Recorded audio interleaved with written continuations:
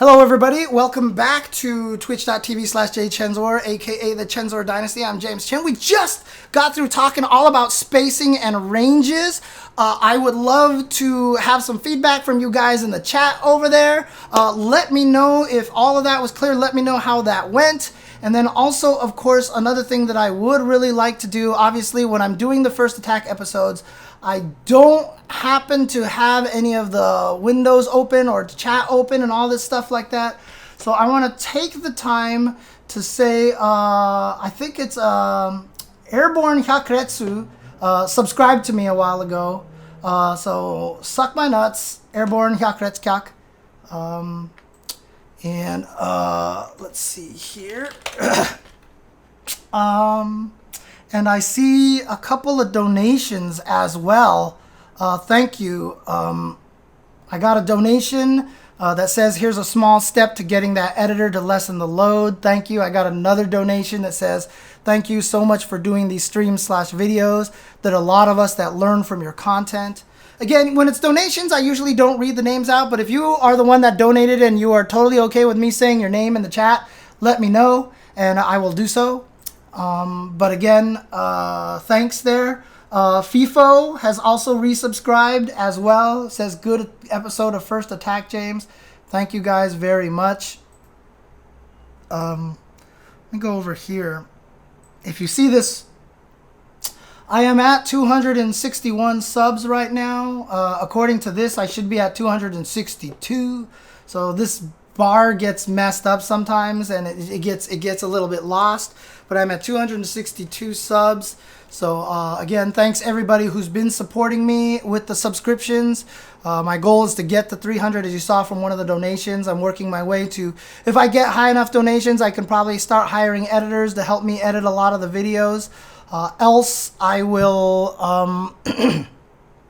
also, use these things to get guests on my show and such. So there you go. Thank you guys again. But anybody have any questions for the episode that I just did? Oh, Opifex K2. Suck my nuts, Opifex K2. And if you guys have any questions about the episode that just took place, and suck my nuts, FIFO, as well, let me know. Let me know. If you have any questions, anything that you would like me explained in more detail. Eli Hendricks says, are you going to cover frame data of moves changed based on spacing? Yeah, I will once I start talking about the frame data stuff. The frame data stuff is coming. That's going to be coming during the advantage section. If you guys remember so it's actually going to come right after neutral. So next week when I do the attack vectors episode, right after that, I'll be switching over to the advantage section, and I'll be talking about that there. Suck my nuts, Dolph Hungren. Suck my nuts. So I will definitely be talking all about frame data during advantage. And you can see we're 94% of the way through the hype train. Yay. Oh. Yeah, a lot of people do like mirror matches. But, in a way that might also just be because nobody has an advantage at any distance. It feels a little more pure. But I know a lot of people hate mirror matches, and I'm going to make my lessons biased. Ha ha! No, I'm just kidding. Thank you, KLB, who says you're doing God's work. My Twitch Prime is available tomorrow, and you're going to get it. Thank you. Appreciate that. Appreciate that very much. And but yeah, again, I covered almost the surface level of that Ryu Guile match. There's so many more subtleties in that match that's so crazy. But that's why I love that match so much, is because at every range, everybody has all these options, and everybody has all this ability to change whether they move forward to gain the advantage, walk backwards to gain the advantage, and then they have all these normals that move them around to give them the advantage. And that fight it is one of the cleanest and most beautiful fights in fighting games. Honestly, it's such, Ryu and Guile are two of the most perfectly designed characters. I didn't even talk about the fact that one of the biggest factors in that match, for example, is whether or not Guile is charged. The fact that he's a charged character changes everything for the way Guile plays, because he can walk himself up into some good distances, but if he does, he doesn't have the sonic boom to clash against the fireball. So the whole idea of moving yourself into different ranges with the kick buttons to keep your sonic boom charged is so important. And if you walk into those ranges, you're really putting yourself in a disadvantageous position. What's going on, Bane? Yeah, Ryu versus Ryu mirror matches have always been fantastic. They're always super fun. Super fun. And, you know, one of the things, charge buffering, yeah, charge buffering. Yes. I was about to say, because if someone said charge partitioning, then I would have had to go get a little mad. Because it's not charge partitioning, but charge buffering, yes. Charge buffering is a very, very valuable skill to learn. And during the execution section, I will definitely have an episode where I talk all about how to play charge characters. It is a little bit tough.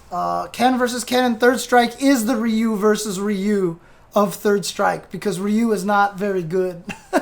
So Ken... yeah, charge partitioning is a Third Strike thing. I think there's a couple of other games that might have it a little bit, but it's mostly a Third Strike mechanic. If you push a button, hold back. That's charge buffering. So anytime you're doing things, sonic boom, you're immediately holding back and then hitting like medium kick, and you're charging the whole entire time. Hi, Jasmine. I know you're hungry. Charge partitioning is breaking your charge time up into multiple pieces so that you can move during the charge and do actions that move you away from the charge. Do I know how to Falk mains that stream? You might want to talk to Arturo. He used to play Falk a little bit, but I know now he's gone back a lot more to Dalsum. I'm not sure if there's any other Falks I can think of at this point. Yeah, charge partitioning, yeah, is weird. Is a weird thing. I don't know if charge partitioning was intentional. Oh, so Art has been streaming Falk lately. There you go. Perfect. And apparently, according to Grinning Oni, the 4 Phils as well is streaming some Falk. Oh, Falk's a fun character. Have I tried Grand Blue yet? Yes, I have. It feels more like Super Turbo to me. It's like Super Turbo and Under Night in Birth had a baby. It's kind of how it feels. There's a lot of the anime craziness of Under Night in Birth, but the reason why I say Under Night in Birth is because it's still mostly a horizontal game. But again, the characters are different enough that you feel like it's Super Turbo-ish, that you're trying to figure out the matchups, and it's a puzzle. The different characters are a different puzzle that you're trying to solve. And on top of that, the characters aren't super crazy, right? Like, because in Unist, you have some wacky designs where someone has literally a sonic boom that you charge forward and then hit back, and then you can charge back and hit forward. And so there's all these crazy things that you can do with that character. There's characters that plant web traps everywhere. There are so Under Night can get kind of crazy, but so far Grand Blue isn't as nuts. You know, most people have weapons that you're familiar with, and I just shoot projectiles across the screen, which is, you know, makes a lot of sense in a way. So there you go. I mean, ST is tough not to love a lot, Mr. Rogers. But again, it's one of those things, if you like ST a lot, it's hard to find another game that really feels that way, that has that ST feel for you. But it's still, there aren't a lot of games out there that give you that ST feel. ST has a very unique feel to it because of the way it plays, because of the pushback, because everything is plus on block, and there's just a certain kind of style to it that very few fighting games are replicating now, because I don't think people would, I think a lot of people would actually have a hard time with it. So, but yeah, Grand Blue is a very tame game for an Arxis game. Is it NRS anime game like some people say? It can be. NRS games like Injustice and MK10 and 9 were really wild. MK11, they really toned it down. They shortened all the combos. They made it much more frame data based. They made it a lot more footsie heavy. And so the game actually kind of went a little bit more down the Tekken Street Fighter path. MK11, Tekken 7, and Street Fighter 5 are probably the 3 most frame data heavy games in the fighting game community currently.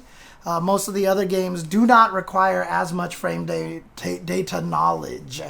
So,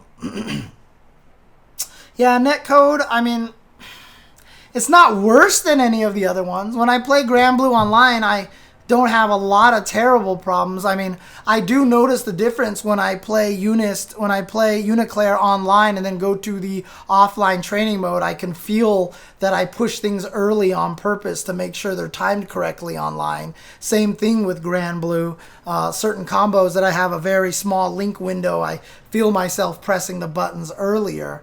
I have the ability to get used to that a little bit easier than other people. So even if it is like 3 or 4 frames delay, I can usually grow into it pretty decently. But yeah, the netcode's not great, but you know, I played Uniclair online, I played Grand Blue online with viewers, and I had a good enough time. I'm enjoying it. I feel like I'm learning enough about it. You just have to understand, you know, what you're actually learning might be a slightly modified version of the game that you're playing. I didn't recognize that in Tekken because I had such little offline Tekken experience.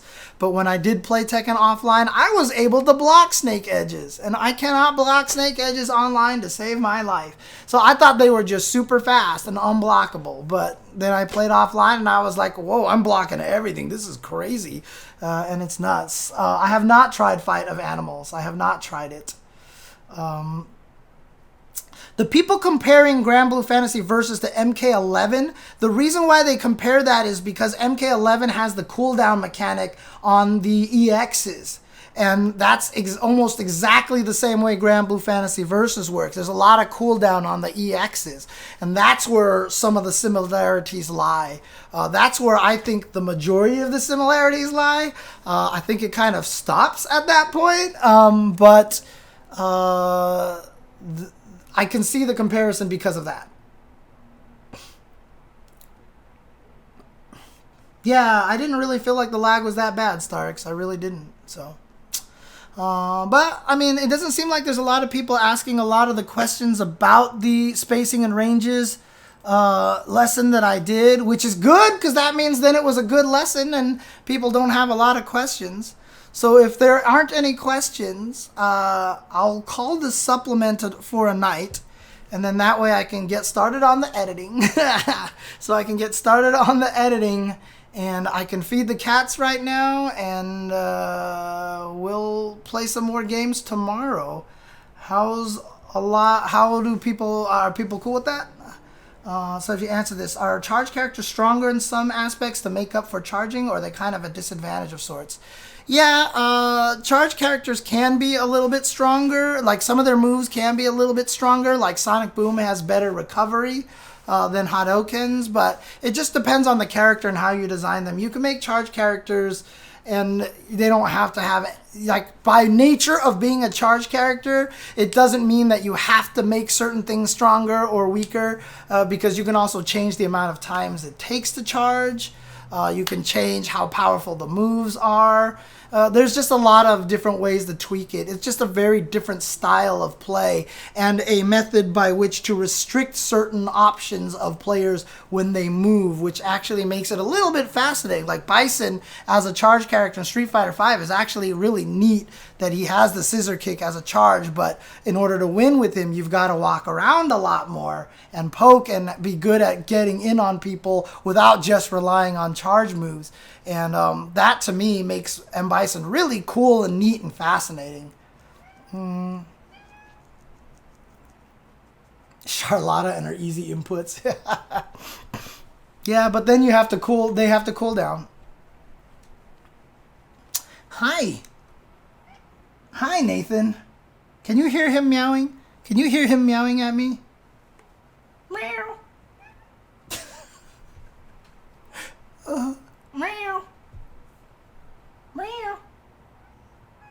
Well, that was tame. Jeez.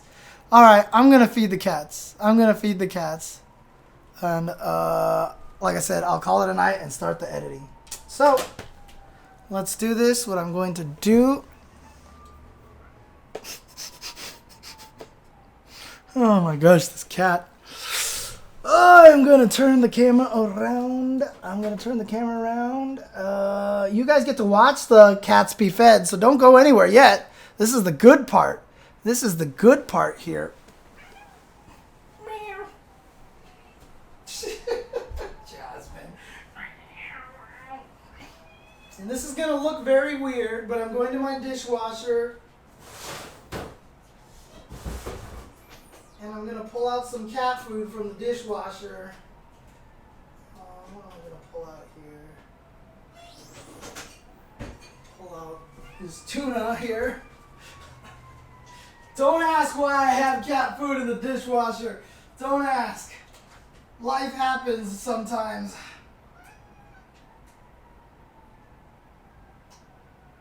Oops, this is the wrong bowls. Oops.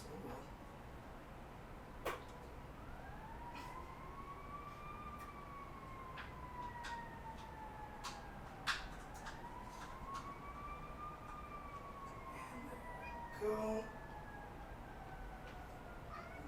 Cat food all over the place over here. Okay. There we go. Some cat food.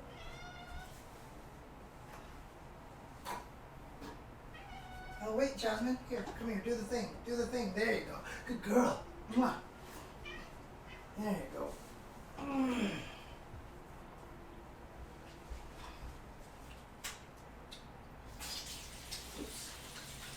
little more food here, Nathan. Excuse me. Excuse me, Nathan. Ah, there you go.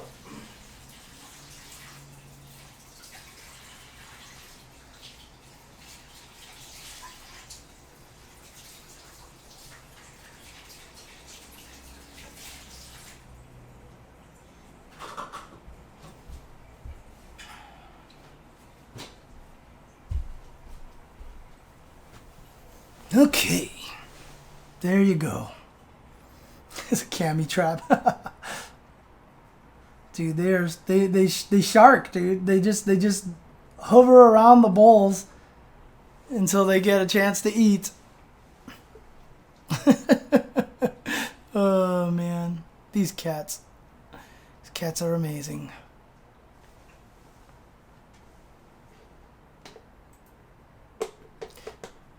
Yeah. So the way that what happened was what happened was that I got a delivery from Amazon of some cat litter and a box of cat food. And it's a giant box of litter, and someone who was delivering it must have threw it in the wrong direction, and the bag of cat litter smashed the cat food and destroyed like 4 of them and just basically burst cat food everywhere.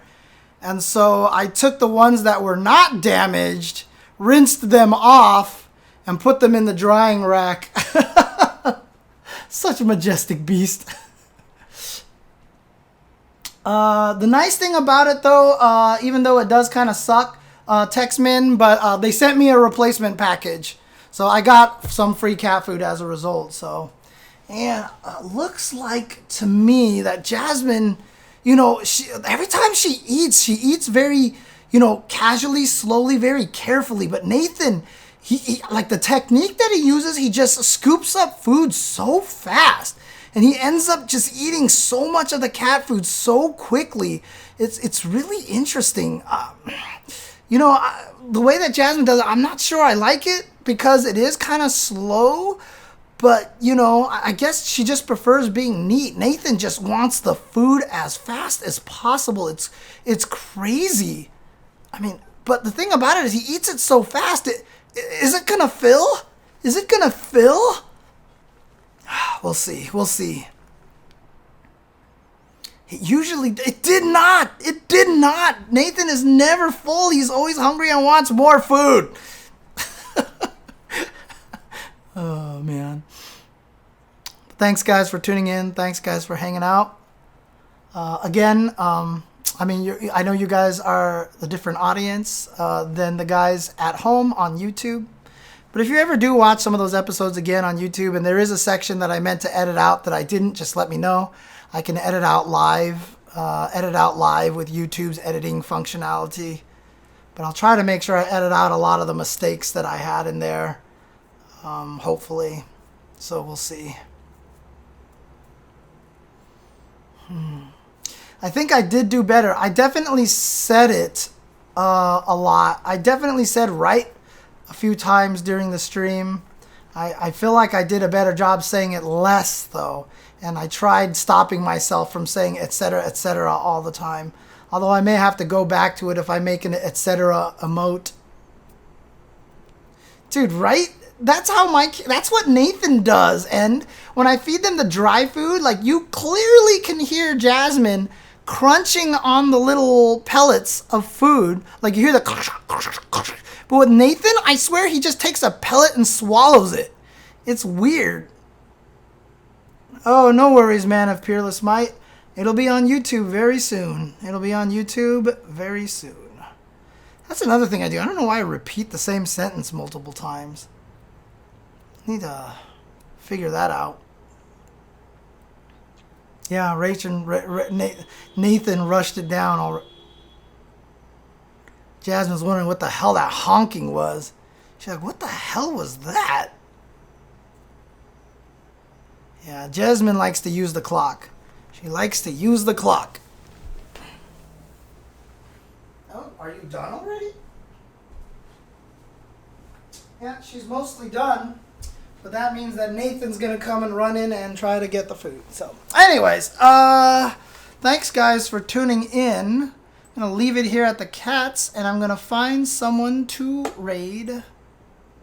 Let's see if we can find someone to raid. And, like I said, I'd like to support some of the smaller streams. Oh, God, stop. Quiet. Oh, some people are playing Dragon Ball here. Let's see what we've got over here. I like to support Under Night in Birth, so let's see what we have in Under Night in Birth right now. Oh, Arcade UFO is streaming. Interesting. They stream from their arcade.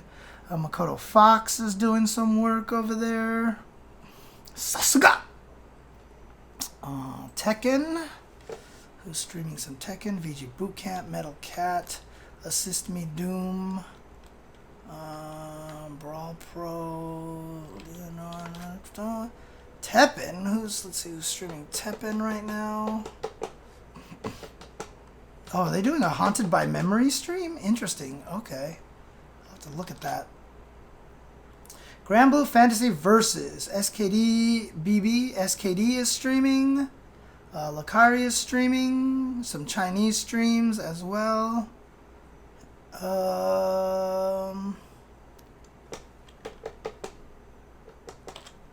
Let's go check out SKD's stream. He's got 55 viewers. I'll raid him over there. So thanks, guys, for watching, and I will see you guys next time. Take care and have a good night. Peace out.